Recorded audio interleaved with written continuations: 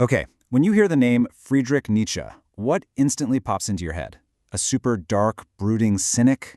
Maybe the architect behind some truly terrifying ideologies? Well, today in this explainer, we're going to flip the script. We are going to take those massive, toxic myths and contrast them with the deeply tragic, incredibly human reality of his actual life. So let's jump right in.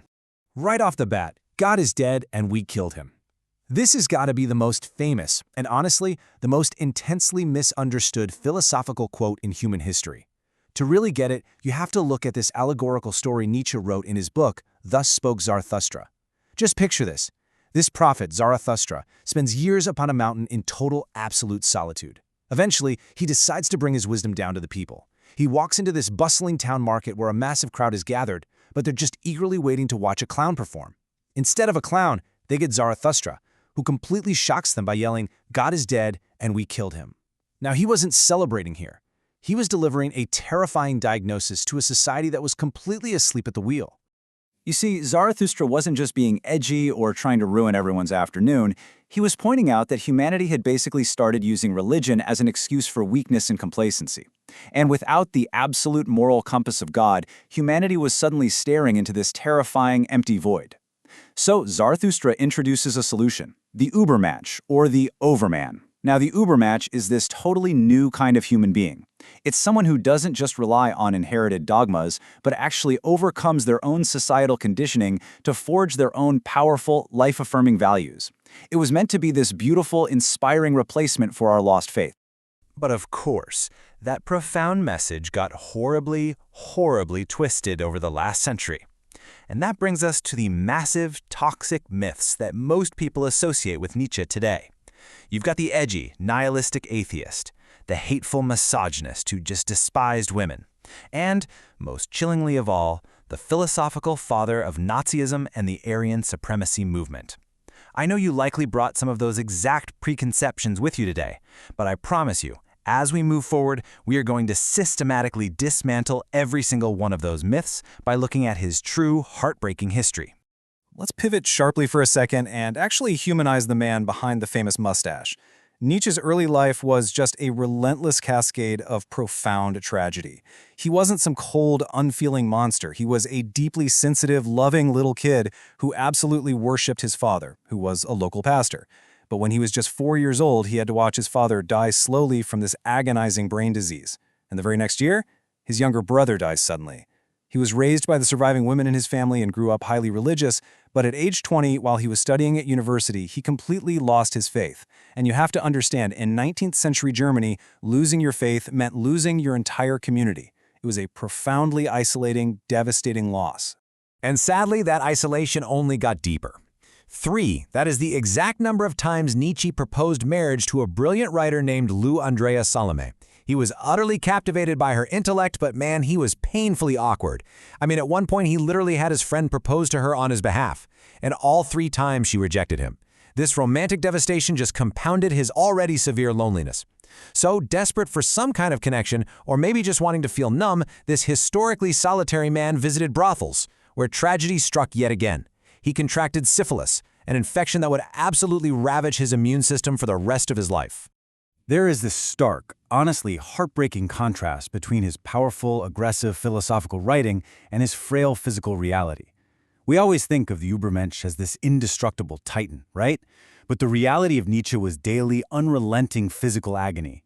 We're talking partial paralysis, constant sensations of severe seasickness, and these blinding migraines that would trigger 3 straight days of severe vomiting. The pain was so unimaginably debilitating that he was actually forced to resign from his prestigious university teaching position when he was just 34 years old. Which brings us to another incredibly famous quote. "That which does not kill me makes me stronger." I mean, you have definitely seen this printed on a gym tank top or some macho bumper sticker. But we really need to radically recontextualize this. This wasn't some hype slogan for bodybuilders. This was the desperate, survivalist coping mechanism of a chronically ill, deeply isolated man. He was quite literally trying to find a reason to just keep going. He was trying to find meaning in his extreme daily physical suffering. But you know what? That intense suffering led him to a brilliant epiphany. See, traditional medicine views health as simply the absence of disease, like you're healthy if you aren't sick, right? But Nietzsche's definition of health was entirely different. He realized that true, profound health is the immense strength, resilience, and revitalized perspective that you gain from fighting through severe sickness and actually recovering. He wrote some of his most joyous, incredibly life-affirming books immediately after these intense bouts of illness. Why? Because coming out the other side made him appreciate the sheer beauty of existence way more than a constantly healthy person ever could.